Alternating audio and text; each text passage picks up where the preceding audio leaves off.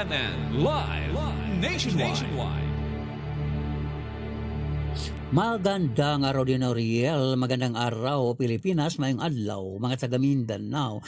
Pinasinayaan ang 4-story 15 classroom building sa Bulwa National High School, Bulwa, Cagayan de Oro City na nagkahalaga ng 76.4 milyong piso na classroom building na kung saan kompleto ito sa multimedia package para sa madali ang access sa mga estudyante at mga guro na kung saan ang bawat classroom ay may smart TV, computer printer, LCD projector, white and green boards, functional alarming section at mga upuan na may nakadisenyo para sa mga left-handed na estudyante.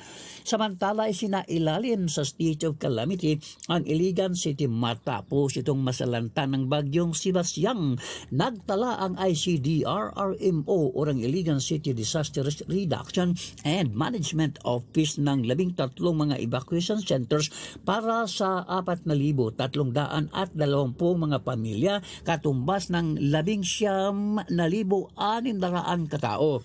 Nakapagtala din ang ICDR-RMO ng 5 kataong nasawi dahil sa trahedya mula sa mga barangays Tubod, Tambakan, Saray at ang barangay Abuno at mayroong isang sugatan. Hindi pa rin madadaanan ang Tubod Bridge. Tuloy-tuloy pa rin ang isinasagawa ng CSWD na profiling. Nasa Iligan City pa rin ang Task Force Sampilan at ang Hingoog City Disaster Reduction and Management Office at ang iba pang mga CDR-RMOs sa Northern Mindanao na ang mga pangunahing gawain ay upang tumulong sa paglilinis ng mga nagkalat na mga debris sa lansangan.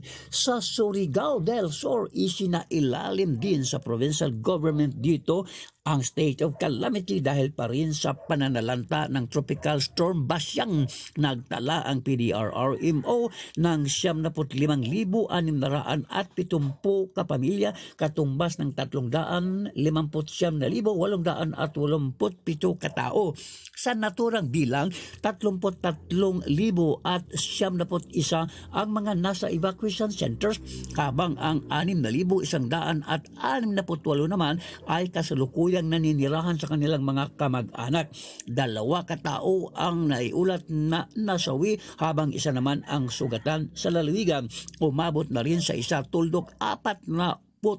bilyong piso ang lugi ng mga negosyante ayon sa Provincial Government of Surigao del Sur. Well Ramos, CMN Robin Reporter ng Mindanao Radyo Kalikasan ng City Base, nagulat ng live para sa CMN Pilipinas.